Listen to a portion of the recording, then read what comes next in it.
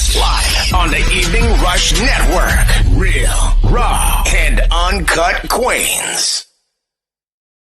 Hey, happy Monday. How you doing today? Happy Monday. Happy Hello. Monday. Hello, everybody. So, How was you guys? How was Monday for you guys? How was the weekend? Everything was all right. Well, my weekend was very busy. I'm tired now. your weekends are always busy.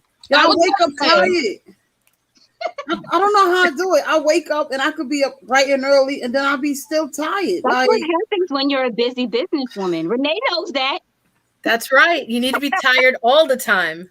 Oh man, Renee. That no, means not you're all doing the it right. time, man. You're doing Yeah, it it's right. Saying you can be exhausting. tired now, so for later on down the road, you can just relax. That's right. That's what Every she's time I saying. look for a vacation, somebody hit me up and send me a Cash App or a Zelle. So I'll be like, not this week. You want right?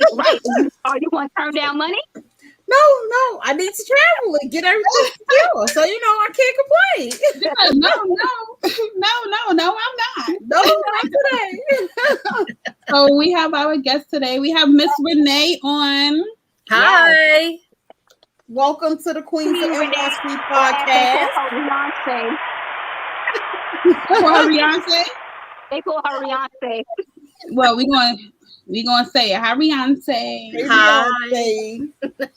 I Welcome. Hi, ladies. Hi. How are you today, Renee? I'm good. How are you guys? Good. We had a busy day today. Every day is busy. See, Except I know Sunday. that's right. Except Sunday. she said you need to always be tired, so you know. She always busy. Even on Sunday, I'll be tired. Oh God. So today we're gonna talk about financial literacy. We're gonna get some knowledge on how we can better what we lack in financial literacy and how we can better our finances and our just retirement situation. Renee, Yes, I could think of nobody better than Renee to talk about this subject. Oh, thank you. Always working to help our people get their coins together. yeah. That's right. Absolutely. Hi, Roz. Okay, Renee. Hey, Roz. Introduce yourself. Let us know a little bit about you before we dive in with some questions. So I am Renee Rakenna. I am in New York, to Long Island to be exact. I grew up in Queens, and I am a financial coach, and I'm a CPA. I have a lot of background in money, making big companies money and helping them make it around the world. And now I'm doing that for our people because nobody else is going to do it. So that's my passion and my drive. I spend all my day trying to make sure that our people understand what it means to deal with money and this US banking system and how certain things that we do every day can be devised to work against us. But if we're knowledgeable about it, we can get ahead of the game and play this monopoly game of life and win at it. Right. Amen. That's what I'm trying to do. I'm trying to be like Renee when I grow up. Because as you know, in the Black community, we are not taught financial literacy in school.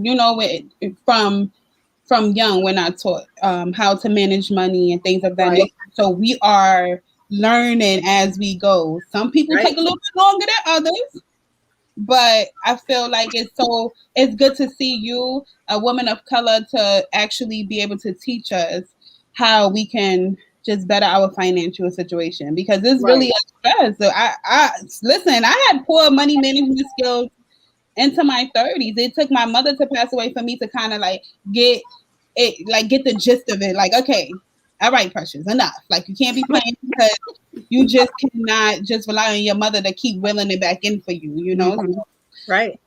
And I was a woman with kids already. So that's all I'm saying. So we got to make sure we can't be too dependent on others to help us assist. Absolutely. No one teaches us anything. So if we're not taught it, it's not like we just miraculously wake up one day and was like, I know how to manage money. Right. That's true. I teach you what you didn't learn in school and what your parents never learned, so they couldn't teach you. So you lived with the same belief system. If your parents said you just spend until you pass away, don't worry about leaving anything, then that's what you usually do. So I'm trying to break those generational curses and show people that we don't have to do that. It didn't work for them. They didn't know any better. But now that we know better, and we can't hold that against them because it's intentionally kept from us. If it's not in school, how are we going to learn that? So it takes us and our village to teach each other. Once we know better, we do better. Right. But even the school is slightly misinforming them. And I say that because my daughter's in a school and they teaching her financial literacy. And I noticed by them teaching her certain things, she was, informative. But when I took her to open up her own bank account, she was like, Ma, that's not the same thing that my teacher said. That's not the same information with interest. And even like being that she's a student, it wasn't the same. And she actually was kind of more so, how can I put, standoffish with the subject. Because now she's like, but Ma, that's not what it is. I said, but this is, you sat in the bank. You seen what was required. You signed your own paperwork. You had to provide your own documentation. Even though at the time she was under 18 when I took her, they still informed her on what she needed on her own, even though, I was still the parent. Right. And she was just like so disturbed. Like now she's like all the way unbothered. I'm gonna just do what I have to do to pass the class. Because even when it's being taught, it's not 100% accurate, which is sad. Which that's very sad because sometimes you'd want somebody to just don't tell me anything if you're going to tell me the wrong information. Correct. Or halfway the right way myself, right? So that's unfortunate. And again, it's really held. There's only 4 states in the U.S. that actually require financial literacy in school. Now, if a state outside of that is doing something, they found a way around the rule. My child is in New York and our school is not receiving New York State funds, so they can design the curriculum the way that they want it to. So I reviewed it. I added to it, but I'm glad that his school chose to teach it to 7th graders. But I do know that there's information out there that can start as young as kindergarten. So it's up to us to take it upon ourselves to make sure that our kids are getting what they need to get. But then also we have to educate ourselves. And it takes forums like this for us to help ourselves and help each other. Right. And then you take that information and you go and spread that out to other people. So that's what we do. We go and we try to help as many people as possible. And there are some who are just not ready to receive. And whether it's financial literacy or anything else, they're complacent. They don't want to do anything different. They're very happy with what they're doing. But for those of us who realize that our generation and our culture needs to progress and money is a voice and we need that voice in this country, we have to take it upon ourselves to get that information that we need because nobody's going to do it for us. Correct. Absolutely. I was telling my son, I believe I told you the story, Renee. But I know you talked to a lot of people, so you may not remember. But I was telling my son about the fact that when I was younger, that my mother and my father did not require me to work. My mother and my father told me, as long as I get good grades, I do not have to You're work. welcome, Roz. And so I didn't have a job. When he turned 16, he was like, Ma, I want a job. And at first, I'm like, you don't need no job. You're not lacking nothing. You're not missing anything. What do you need with a job? But then I thought about it. I'm like, Precious, I really blame me not working as a young child, or like as a teenager, is what really paved the way for me not knowing how to manage the money that I was making. It was so easy for me to just get money from my parents. I literally didn't have to do anything to get the good grades. So now that he's working and he's making his own money, and I'm on top of him, he's saving money. But I also told him that he wants to invest because now everybody is talking about crypto and Bitcoin. So all of his everybody want to be in the stock market. Yeah, everybody's on that wave. But just the fact that it even piqued his interest is what. I'm so happy for him because I had none of that. I had none of that job. I did not think about getting up on a Saturday to go to nobody's job at 16 years old. I didn't think. So, I feel like that wasn't poor parenting on my mother and my father's behalf, but it was poor preparation for your child because I honestly missed out on a lot of things that I should have been taught financially. Because I just thought money grew on trees because I just got it from my parents. Right. So that's your parents' belief system that was passed to you. that you didn't need to work as a child. But the fact that your child has an interest in learning how to do something with money, we should never stifle that. And what I learned from when I had my son, who's 13, is that, yes, these children are slightly more advanced than we were as children. They understand that they don't necessarily want to have a boss and that they have ideas and they're creative. So if we can push them in the direction of helping them to make money, it's not about the money, it's about the habits. So when they start making their own money, then they don't think that money grows on trees. They know where money comes from. Not in this house. Let me tell you. So my daughter, she been wanting to work. So I'm like, okay, she don't have to work, focus on school. I also been trying to push her to do her own business, regardless of whatever it is. She feels she's going to spend her money and spend my money.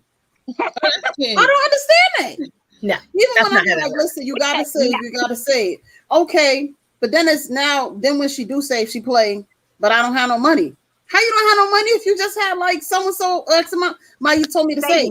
So which one are we doing? Are we saving, or are you just trying to spend up everything?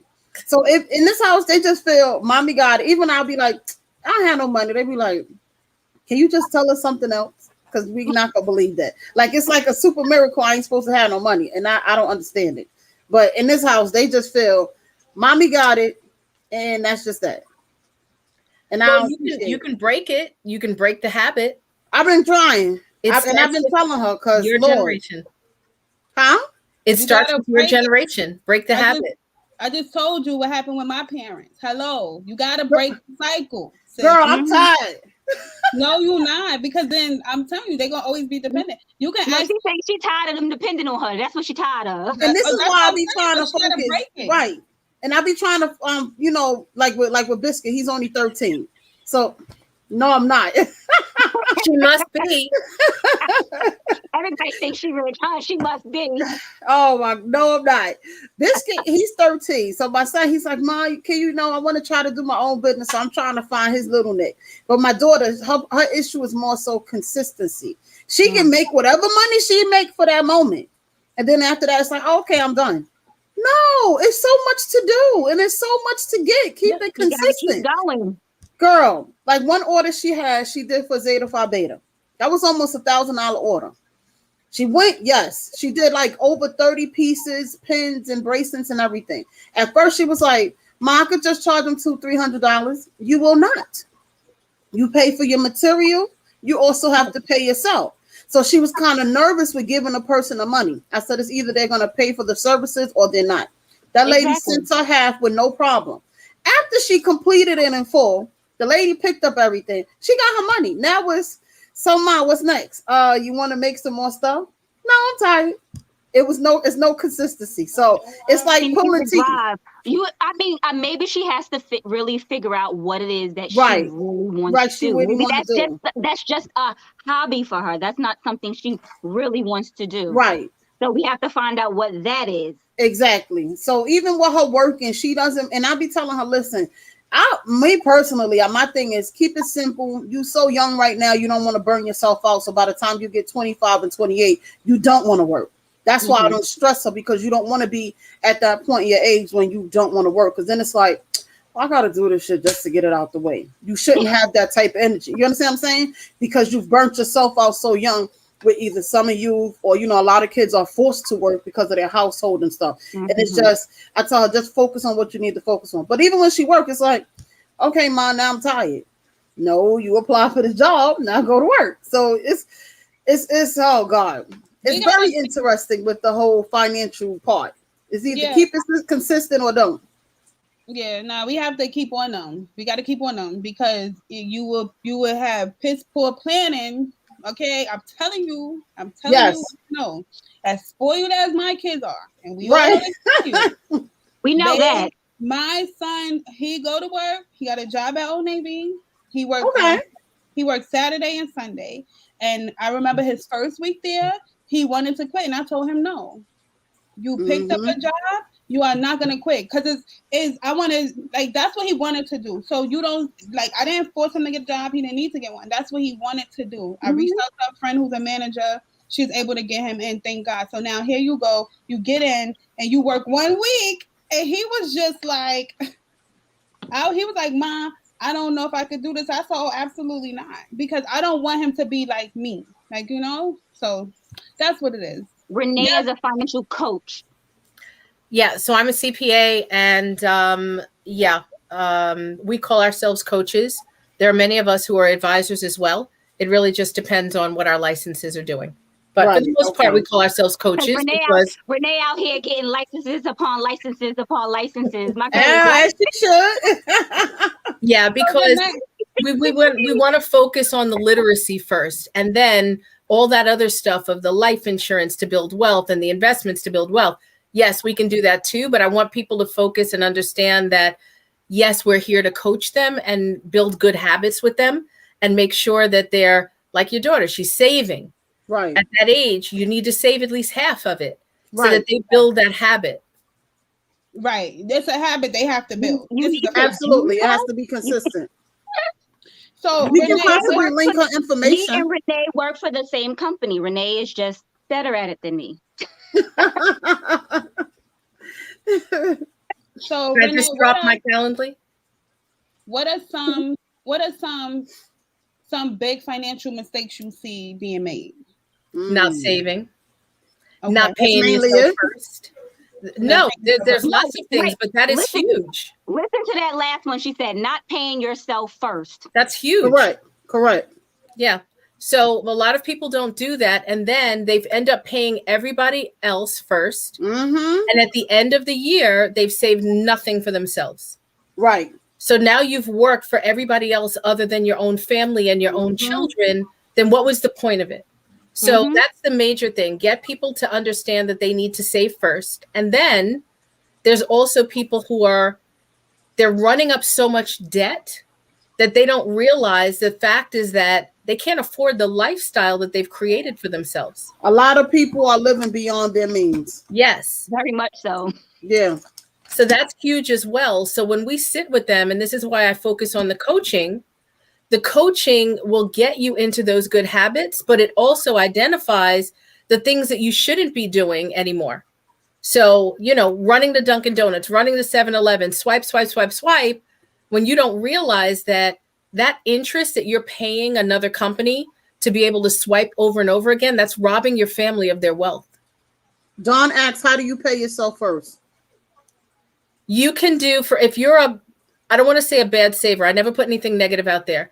If you haven't learned the habit of saving and paying yourself first, set up a bank account, and through your own job, your job sometimes will allow you to have your paycheck deposited in 2 or 3 accounts. Use one of those accounts and do automatic saving. This way you didn't touch it. It didn't come into your bank account first and you accidentally spend it. And then you're trying to save after. Right. If you don't see it, you don't even know you didn't even know you had it because you didn't see it. Right. So that's how you pay yourself first. Don't worry about your bills. You have to learn to spend less. And sometimes people can live the bare minimum. They just need more income. There's nothing you can do for somebody who doesn't make more income other than to show them how to make more income. Okay. So that can counter the lifestyle that you want to live. Hey, you could be a great big spender and buying all of the material things, but you need the income to support that. Don't run everything on your credit card. Correct. Because paying credit cards at 26, 27%, think about what you could do with that money if it was in your bank account. But it's mainly about budgeting, because even if you have multiple incomes coming in and you're spending, make sure you budget correctly. Because you can spend on cruises and material things, and then your phone is off, then your lights is off, then your gas is off. It's all about budgeting correctly. My thing is, make sure you take care of your household first, and then whatever's left, after paying yourself, after treating yourself, then it goes to the side. Because I also did 100 envelope challenge with a friend of mine. And the 100 envelope challenge is you take the envelopes, you number each envelope 1 to 100. After all 100 envelopes is full, it's $5,050.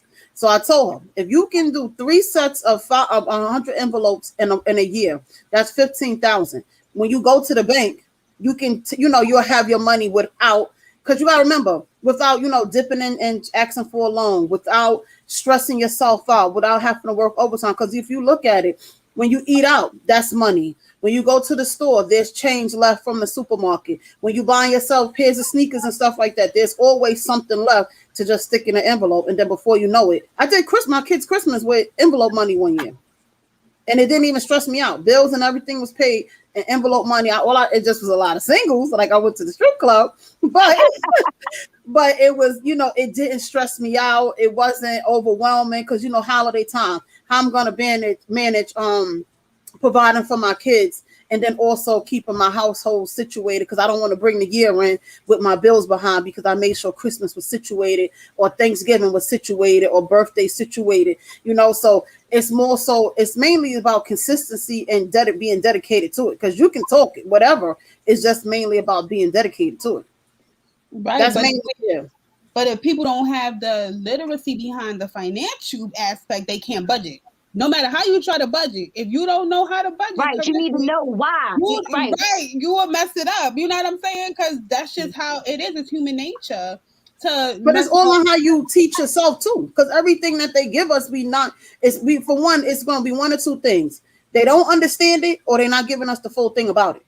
You understand what I'm saying? So they can give us the bare minimum, and then now we have to just take it and stretch with it. In my opinion, am I right or wrong, Renee? Yeah, but if nobody gives you the bare minimum, what do you do? So that's what we're out here to try to help people understand is, and yes, you can say I could try to put money in the envelope, but there are people who aren't even able to understand why to even do that. They're with the basics of, I just spend because I know I have a job, and next week another paycheck is coming and it's spent. Yeah, a lot of people, right. So that mindset, and who cares? I owe people, and when I die owing people. That some people still think that way. Sadly, yes. And that comes from, they probably grew up in that same situation, and that's what they saw their parent do. So it's about mindset change too. So I think it's great that you're doing the envelope challenge. I don't think that everybody can get there yet. Okay. You're probably more advanced than a lot of people who are just winging it every week. Right. Because there's a lot of people winging it. Right. There's too much month left at the end of their money, right? Because they ran out of money at day 20 or day 15, and the month is still ticking away. So funny. But it's all in how you do it, or it's all on your own timing. If it takes you, instead of 90 days to do, instead of 100 days or 4 months maybe to do 100 envelopes, you do it at your own time. It might take somebody a year because their income is so slow, but at least there's some type of progress. There's some type of consistency. There should be. Say those people aren't going to dip into those envelopes because they don't have in the middle of I can't make this go. I can't make. I gotta make ends meet. They might just dip into the envelopes anyway, and then the envelopes didn't make any sense to be had. Like a savings account, you keep dipping into your savings and transferring it to checkings. It makes no sense. But if you I have Bank of America savings for the kids and that's one of my savings accounts. If you transfer 5 times in a 3 month period from your savings to your checking, they make that a checking account. You got reopen a whole nother savings account or whatever, because they do not play. Bank of America does that. My MCU, I don't know what MCU is going. MCU do their own thing because they use to charge. Now they don't charge. Regulation around that. They don't want you transferring money too often. So you usually get about 4 transfers in the month, and then there's a regulation. They'll send you a letter and say stop doing it. Yeah, because TD they'll give you 6 transfers, and then they charge you $6 each additional transfer within. I ain't got time for that. Then that defeats the purpose, because now I really ain't got no money. Because now y'all, so that's, I guess that's a way for them to be like, right, this was for your savings. I'm trying to help you. That's exactly what it is. Hey, on everything. Thanks for checking in. What? Renee was about to say something. Renee, we cut you off. What were you? Some of the people just are material spenders. Yes. And if we could show them how much they would have gained by not purchasing something as opposed to putting it in their savings, and how it would have compounded over the years, it's shocking to a lot of people, and it immediately stops that habit of spending.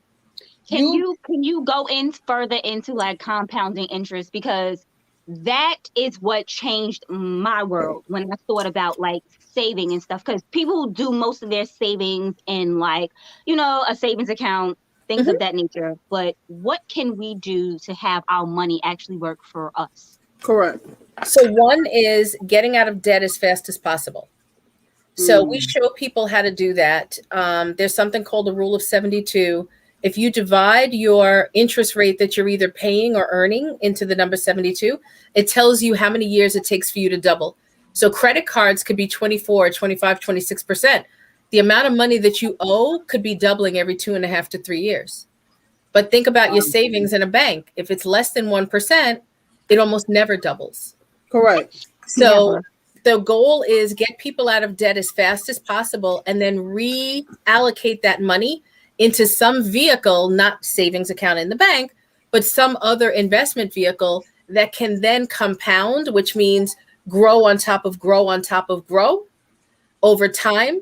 And then when it gets to a certain point, you now have the ability to start doing other things and making your money work for you. Maybe you get into real estate. Maybe you get into crypto. Who knows? Maybe you get into something else that can make your money work for itself. So the goal is not to work until you take your last breath on this earth, but to get yourself to a point where there's enough money working for you. And that's what you call passive.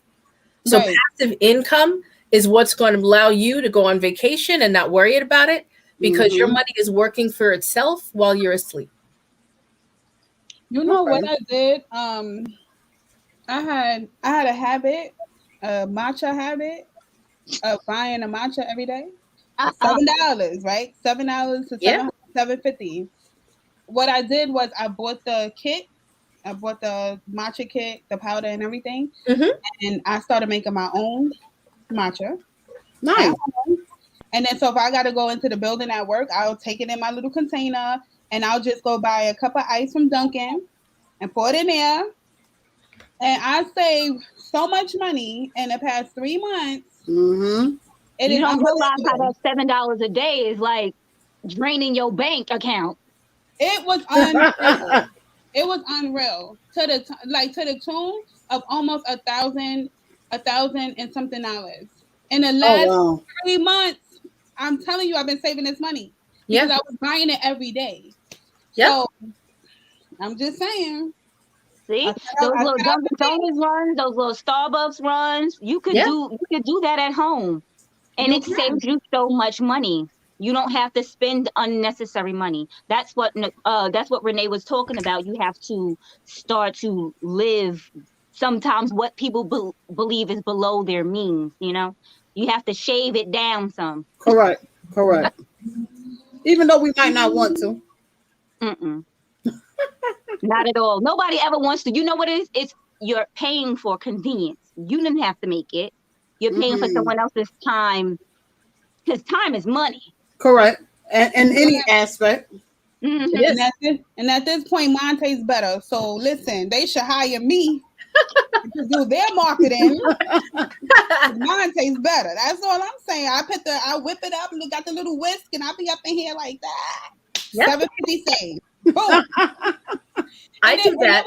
It was really just something, because it's not like I can't afford it. It's just something that I was just like, whatever, let me do this because I keep buying this thing every day. And to see that money deducted from your card every day, like my account, I was like, oh no, hold on. Right. We sit with people and then we go through their budget, and then that's what helps them identify, oh wow, I didn't realize I was spending $400 a month on Starbucks. So it's things like that. Listen, you can continue to do that, but you need more income to support that habit. Or we take that down, cut it in half, or knock it out altogether. I used to commute to Manhattan every day. And when I realized I was spending $20 a day on food, that was a lot. Definitely in the city. It's 20 work days in a month on average. That's $400 a month. It was such a waste of time, waste of money. And you can't get time back with compounding. So once it's gone, it's gone.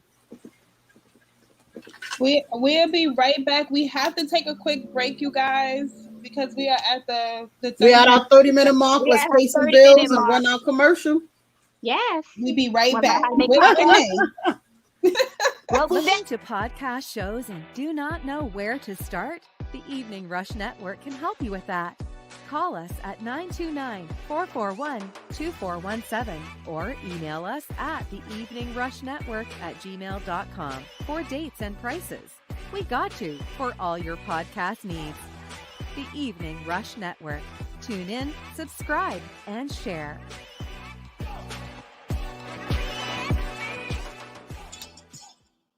That was quick. Welcome back. Welcome back. I see everybody in the comments is talking about I need this. This is such a great topic. Yes, Yeah, welcome back, everybody.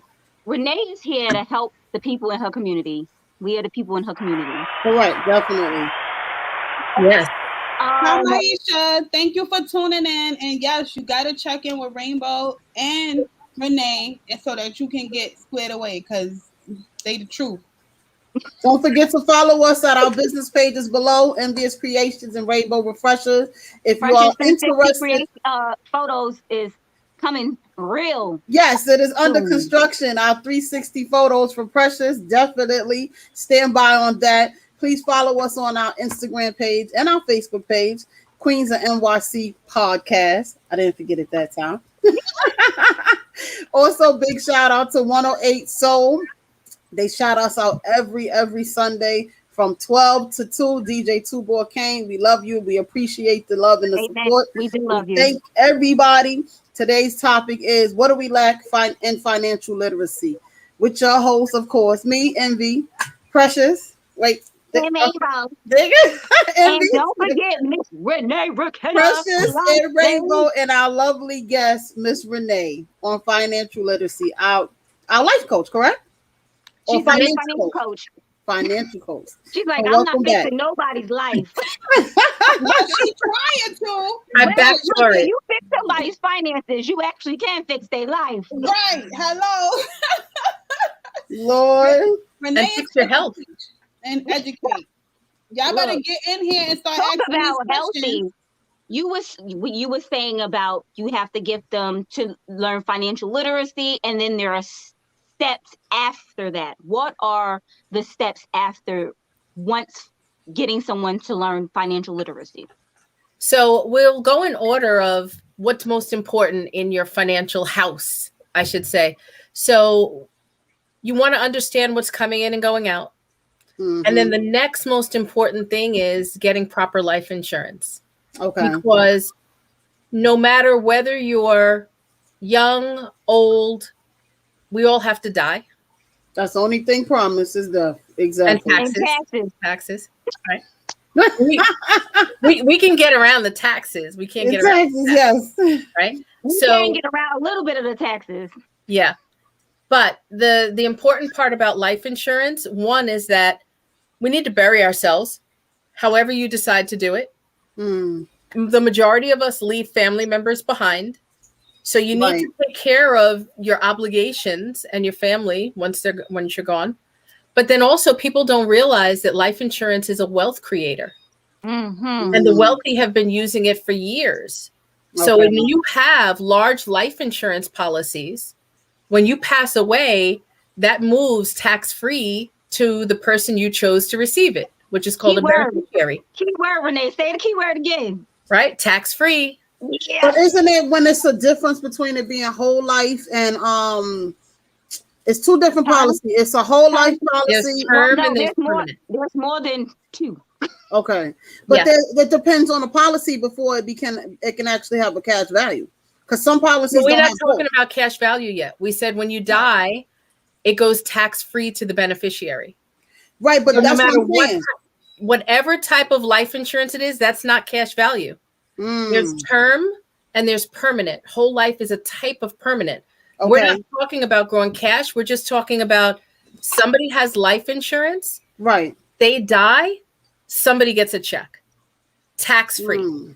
Okay.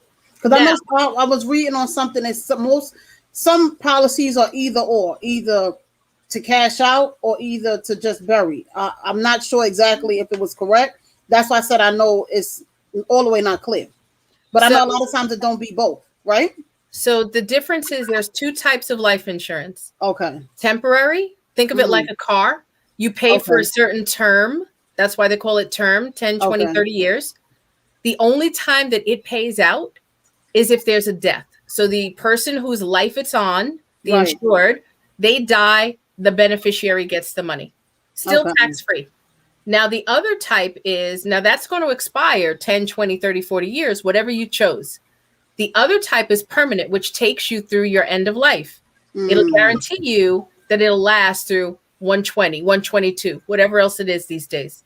And life insurance companies are insuring people to 122 now because they know that we're living longer than that. So they'll extend again. It used to be 80, it went to 100.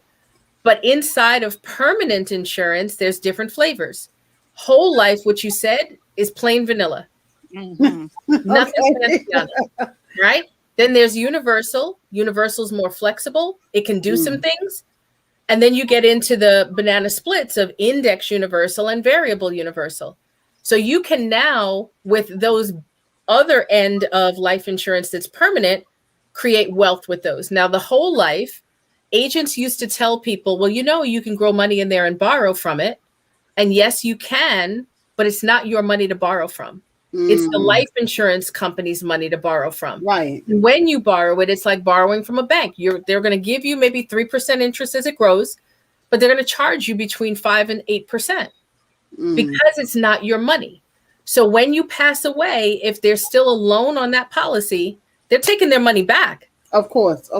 So they're going to take it back. Either you're going to pay it back or they're going to reduce the death benefit to your beneficiary. They're going to get their money back one way or the other. So if you want to grow cash in a policy that belongs to you and you can use it, whole life is not for that. That's not what you want to use that for. You want to use that for death benefit. What if you want to grow cash and use it while you're alive? You want to use a universal type of life insurance. Universal is much more flexible. Universal means flexible. You can grow cash in there. It will grow unlimited and it will all be tax-free, that cash in there, and it belongs to you. You can borrow it, pay it back, not pay it back, use it for whatever you want to use it for, buy real estate, buy crypto, send your kid to college, whatever you want to, but it's yours. So that's a universal type. And that too, when you pass away, if it's structured correctly, that cash is going to the beneficiary tax-free as well, along with the death benefit. So the whole life. You know how much money this person will have? Right. Yeah. And that's why she say a lot of times they be getting rich off simple life insurance. No, seriously, I set my kids up good. My kids are set up really well. I took out $550,000 and my kids they set. I have them set up for whole life because I was unexpectedly hit with a death benefit that I could not believe happened, and I did not see it coming, and I had no knowledge about the importance of just having good insurance, not just regular. Now I took out the max. If I could take out any more, I would, because for me, I want my kids to be set up. I don't. Ron said he just became one of your kids. No, you did not. And don't try to kill me either. But no, I definitely set them up, really good because I experienced what it felt like for somebody to die and not have any insurance. And that was my mom. I thought my mother had insurance because that's what she told us, that she had insurance. Right. So even though my kids are teenagers, they know exactly where to go. And my mother-in-law knows where to go. I have 3 different policies. They all total up to $550. The kids know where to go. I had to make sure because my mother death scarred me. Right. To ask anybody for any kind of money and not have all of that money the funeral home was requiring. Don, shut up. But and that's so sad because in our community, there's so many people with no life insurance. Right. Like, even to just have like anything to just bury them or cremate them, whatever it is that they decide that they want to do, but there's so many people who don't have 5,000, 10,000, 20, nothing. They have nothing. They have a GoFundMe. Not even 5,000. Right. But someone asked, what would be the best thing to do? One policy or several? Renee? It depends on what you need. There's no right or wrong answer for that, and you can even blend. So you might have term insurance for while your children are young and your mortgage is high and you've got car payments and all of these other things. You might have term for a certain period of time, and you might also have permanent insurance to go along with that. So it's got to be a different situation for every person. So we don't have anything that says you and you and you all get the same thing. It's really based on what your goals are and what your life situation is. Okay. So my question.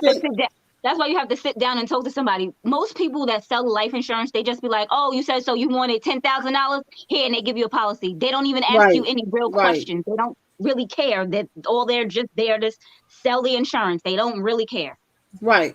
Hey, Mike, how are you? My question, Renee, what is your financial advice to a lot of upcoming entrepreneurs, or even entrepreneurs that are consistent and, like I said, whether up and coming or fully going?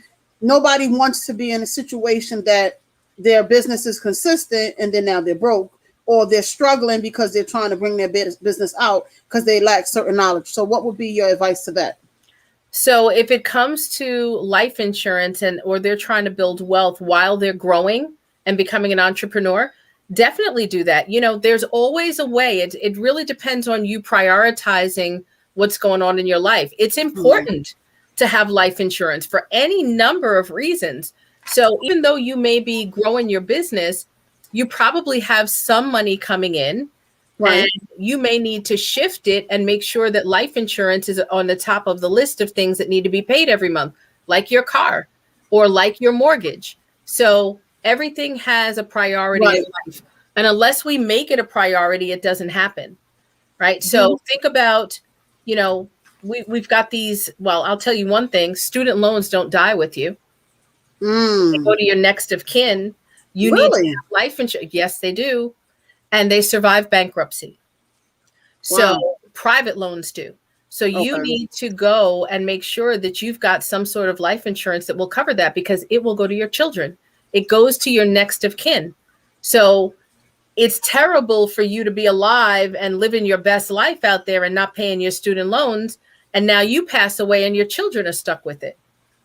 Right? So that's not fair to them. I don't have no kids yet, but pay them student loans. If I happen to have kids, I may then pay my student loans, because otherwise they may not get paid. No, I'm joking. Mike, yeah, definitely life insurance is definitely the main priority, because at the end of the day, you don't want to leave your family with that bill, regardless of how much money you have in the bank, regardless of whatever the situation is. Your lifestyle, regardless if however much money you have in your account, you still want to make sure there's no stress on the family. Because you have insurance on your phone, and a lot of people have insurance on their house. And you can also have like life insurance for like business partners. Can also have life insurance for the business. God forbid one of the partners die, and then the other partners left to carry on. There's life insurance on them to help them keep the business the business afloat. Okay, Mike, you tune into this show every week. If you don't listen to nothing I gotta say, well, you do, because you here every week, right? We love you. Rainbow and Renee, you talking about you ain't know life insurance is at the top, is a top priority. It is. You definitely get with them and do what you need to do. Let's go, Mike. Come on. No, student loans are not consolidated with the government. They will definitely follow you. Like she stated, once you pass on, they will go to your next of kin.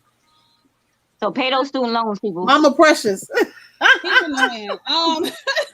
Definitely pay your student loans. Definitely have life insurance.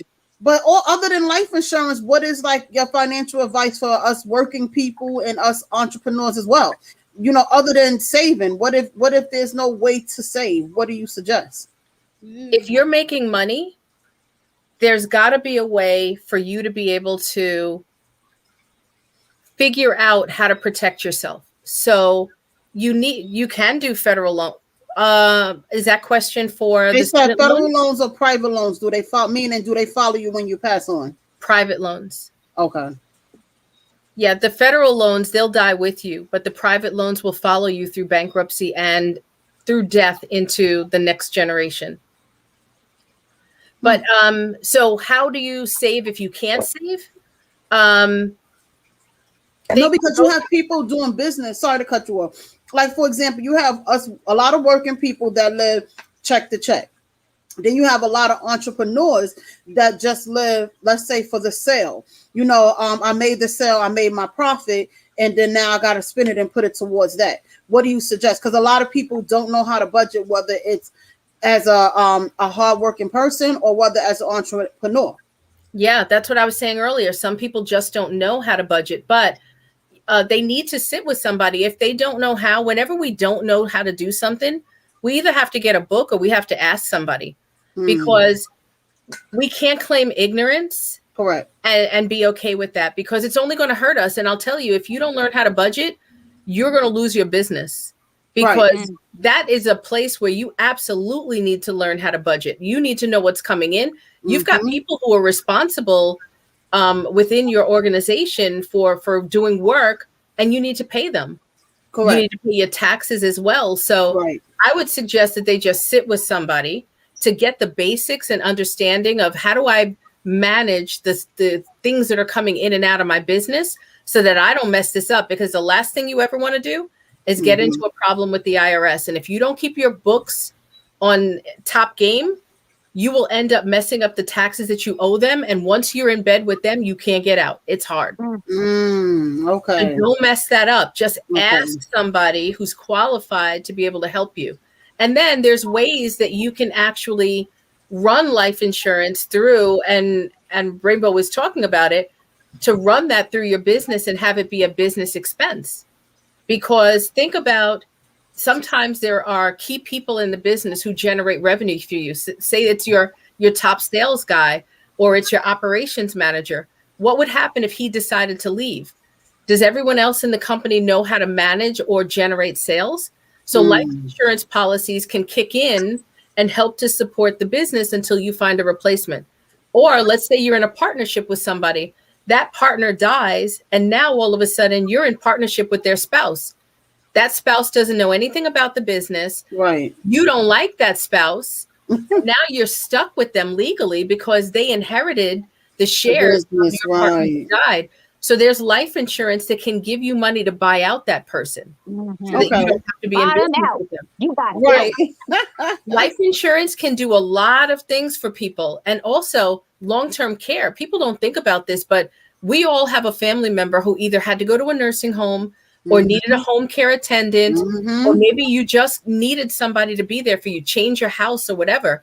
Life insurance can be utilized to pay those bills while you're alive. So that you don't run through all of your assets, because I'll tell you, Medicare and Medicaid don't want to kick in a dime if they know that you have money, right? Yes. Like, use your money first, and then I'll help you out. That's exactly what they say. They said if a family that pretty much just pays everything for cash, is that a negative thing? Like, is that something that should be done? Like, you're supposed to pay cash for everything, or should you have some type of credit? It's the world.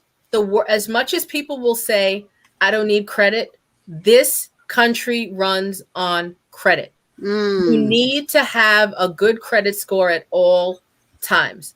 All times. There's not one day in your life where you don't need to have a good credit score. I'm telling you, it affects you getting a car. It affects you getting a rental place. Yes. Right? You run your credit. Right. It affects you getting a bank account. It affects certain jobs too. Yes. It can affect some of your jobs too. That's right. Everybody runs a credit check. The minute that you give them your social security number and you sign that paper, that's so that they can run the credit check. So they want to know, if you're not paying other people, you're not going to pay me either. Correct. So it goes back to your habits. And that's why you need to have a good credit score, because even if you need cable, you might not be able to get cable. You might have to rent an apartment. Right, correct. People have been turned down for that. I'll tell you, the people get to a fire stick. Or they require a large deposit. Yeah. Or it just costs you more. When you go to get a car or a mortgage, they run your credit. And if your score is not good, or your payment history is not good, they charge you more because you're a risk. Absolutely. You're a risk of not paying. That's like car insurance too. If you haven't, never had a license, or you're like a new driver and you're wondering why your policy is so high, it's because you're a liability. Right. Mike asks, okay, ladies, can a son or daughter get part of the life insurance from the business part of it? Yes, depends on how it is written up in terms of who the owner is and the beneficiary and the insured. So there's something called executive bonus. The family member can be named as the beneficiary, but if there's something like key man or key person where you want to support the operations in case somebody leaves, then no, they wouldn't get a part of that because the company is the beneficiary. Okay. So it's all on how you fill out your paperwork, so to say. Yeah. So when you're working with your coach and your agent, you have to be specific with them, and they should be asking you these types of questions. What do you need it for? And who do you want to benefit from this? And that's when we sit there and we are able to determine how to really structure it that's in your best interest. Okay. I have a general question. Has anyone ever sat down with somebody for life insurance and they asked you, what do you want this money for? I had sat down with somebody for life insurance because they were trying to recruit me to sell life insurance, and I just didn't have patience. But I was asking different questions, and like at one time, Transamerica, one of the trans companies for life insurance, they were trying to recruit me to be a representative. Is that what I'm saying? Right. But I have my life insurance at the time through MCU. And they were saying, oh, you have too many policies and this, that, and the third, and we can combine you into one. And what do you need it for? It was like 50 million questions. And then I'm like, well, then if I become a representative, I gotta ask the same questions too. So it was just like, no, thank you. But they do ask you that. You have too many life insurance policies. Because even like one of my coworkers, she had a total of 8 policies, and it's just her and her 2 kids. And it was like they kept telling her it was too much. When they cashed her out, they had to cash her out about $50,000 because they combined her with the next company. Like they were saying, she was spending too much, whether it was the monthly fee or however it was. They cashed her out for instead of 8 policies, they gave her 3 policies for cheaper with more value. If it makes sense. Okay. Well, then in that case, it makes sense. Yeah. Right. In that case, it makes sense. No one can ever tell you have too many life insurance policies if you're paying the right amount. Correct. But if they can definitely find you something for cheaper, definitely take it. You get more bang for your buck, definitely. Yeah. Definitely. When I got my life insurance, when I first started out with life insurance, I got it through my job, and I'm a city worker, so I got it through MCU first. Correct. Mm-hmm. But they sat down with me. That like we had a long conversation, so I knew what it was that I wanted. Like I knew what it was. I knew why I needed this life insurance. It wasn't just the regular life insurance. I need life insurance to make sure my kids don't ever feel like I felt in the moment when my mother passed away. I felt very so, and that's another reason why I started saving anyway and having myself a good cushion, because I have a nice cushion because I don't never want to feel hopeless again ever. Like I just so hopeless and so hopeless. So no. But yes, they did sit down with me, and we went over life choices like make us change our thinking. No, I remember when I have a life insurance policy. My grandmother got it for me, and the man came to the house, and he didn't ask my grandmother any questions. He was like, how much you want to take out, and how much you want to pay, and that was it. He didn't ask her, what do you need it for, how long. He didn't ask her any like specific questions. He didn't. You got a nice cushion, Bobby Precious. That does nothing for me except when I die. That's it. Lord. Dawn, Precious, you and your child over here. I think Dawn trying to kill me off though. I gotta be careful with him. Oh man. I know why he's the beneficiary. His name ain't on it yet. Girl. Oh wait, he said so either way I better get a lawyer for all of this. Well, Mike, not if you don't need right. And Renee, we trying to give you the tools, Mike, the tools.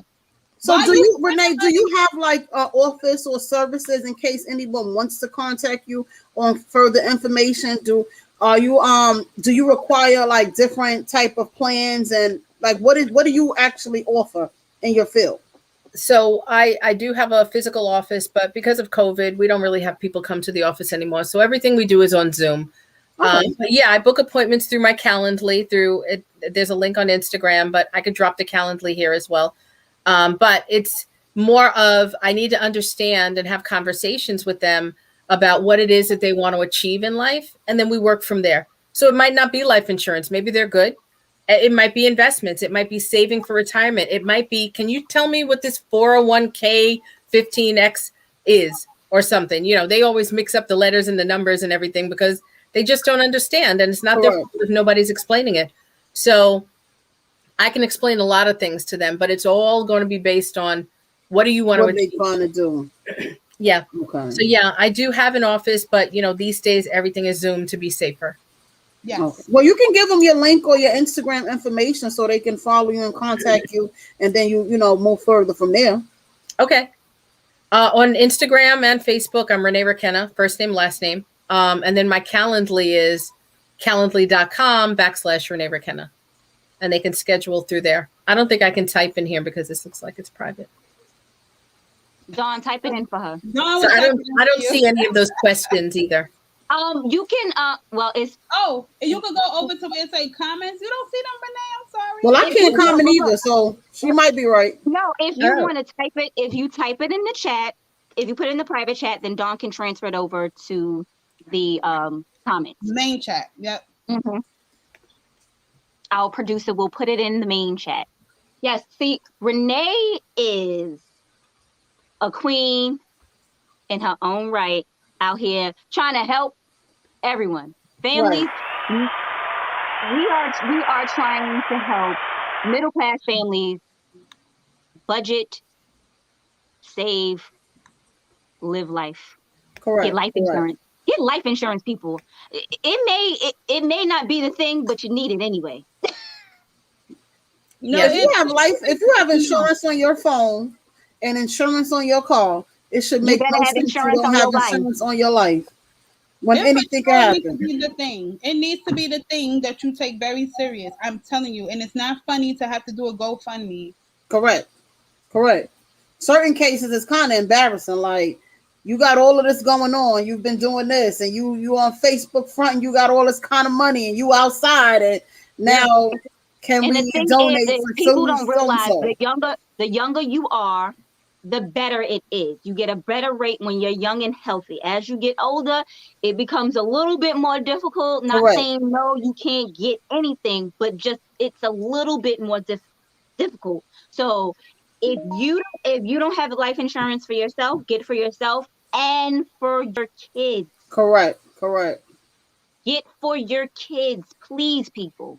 And it doesn't have to be a huge policy. You can start off small to your budget, and then you can always increase it as your income get a little bit better, and as life changes and you feel, okay, you know what, I need a little bit more. Yeah. Life insurance should change with your lifestyle. So Absolutely. Maybe you get it, or your parents got it for you when you were young. Now you're an adult. Maybe you're getting married. You have children. You need different types of life insurance. It doesn't mean that you can't get out of it or add more to it or just change it. These things can be done to move along with you in life. But think about, so this conversation is more towards the level of, let's just take care of the people or the expenses while we're alive. Mm-hmm. There are people who are at the level where I want to leave a legacy for my family, millions of dollars. I can go and get life insurance to do that, because what's the likelihood of me saving that? Right. Or buying a policy that has it from day one. It's not like life insurance has to build up. If you buy a life insurance policy that's $500,000, it's $500,000 from day one. Correct. So, that's how we should be thinking about leaving a legacy for the next generation.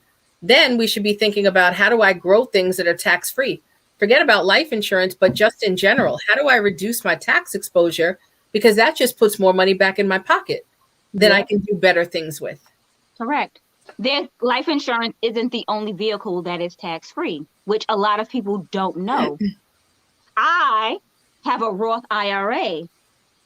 Look at me. I'm out here getting tax-free. So explain, what's that for the people who don't know? It's an IRA. It's money. It's pretty much. I don't have a 401k at my job, so I have to pretty much save my own money. Yeah. So I have a Roth IRA. I could have a traditional IRA, but there are taxes. Rainbow step mommy. Donko. There would be taxes that would be taken out when it's time for me, when it matures, because you have to wait till you're 59 and a half to be able to even touch the money. So when I become 59 and a half, whatever money that I put in there plus whatever money that it's made in the market, because you have to remember everything is in the stock market, everything. Mm-hmm. So it's like a pension too. Huh? So it's like a pension, so to say. It's my own pension that I'm paying myself.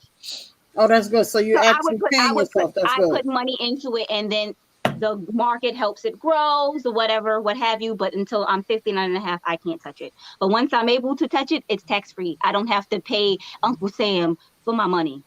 That's good. That's good. Plus, the market might have, giving me some more money. Right. Get all the coins. That's as you should.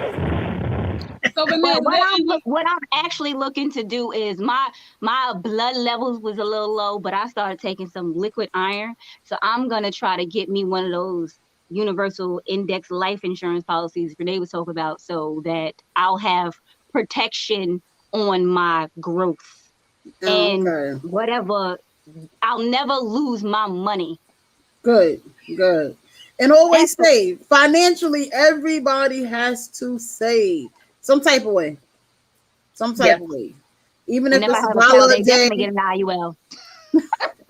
Definitely. They will definitely have an index universal life insurance policy. So oh my Lord, y'all rich. And nobody paying this man no mind. Why we keep reading his comments? We are not paying down any mind. Okay, anyway. Renee, is there anything you want to close us out with? Anything else that you would like to run by us before we exit the show? I want everybody to think about just protecting their family and whatever assets they have. You can't save your way to retirement because inflation just eats it up. You've got to find a way to invest, and you can invest and protect it. But let's think about doing something more for ourselves now, as opposed to running around and just having red bottoms. Right. It's nice to look cute, but you know what? I want my bank account to be fat first and then look cute. Absolutely. It's a different type of broke when all your bills and everything paid. Yep. Right. When you say you broke and you paid all your bills plus paid yourself, you were like, right. I'm broke, but it's okay. Absolutely. It's okay. Yeah. I'm broke. Right. Because my priorities are straight. Absolutely. That's the best type of broke. You sit back and you be like, oh, but I'm good. And anything else that after you pay for and anything else coming in, it's like, well, now I can sit on it. Mm-hmm. That's the best part. True indeed. Financially budgeting correctly. Absolutely. That's the main thing. But we thank you, Miss Renee, and we appreciate you for having me. And we hope people do reach out to you for different advice. Please follow us on our business pages. Rainbow Refreshers, Envious Creations, 360 Photos is under construction, so stand clear for that one. Precious is in the works with that. If you care to donate, hit us up on our Cash App, $ Queens of NYC podcast. Follow us on Instagram and Facebook, Queens of NYC. And also, if you missed the big announcement, and if you didn't see it, it's on Instagram or Facebook. We are now on Pandora. So yes, if you care to hear us, last month we was on Mixcloud, added to the list. Now this month we are on Pandora. The Evening Rush was on a couple billboards, stand clear. We taking over the sound waves and the airwaves, and y'all say y'all outside, we all over. So yes, Queens of NYC, the Evening Rush Network, we everywhere. So yes, thank y'all for y'all support. We appreciate y'all. Catch us, follow us, Queens of NYC podcast, Rainbow Refreshers, Envious Creations, Pure Beauty 02. But that's gonna change to 360 Photos in a minute once you get everything else situated. So don't even worry about it. We're gonna be working on it. We working on how we pushing her as we should, and we're gonna make it do. So we will definitely see y'all next Monday. Yes. Thank you again, Renee. We will see y'all next Monday. We appreciate y'all. Later, ladies.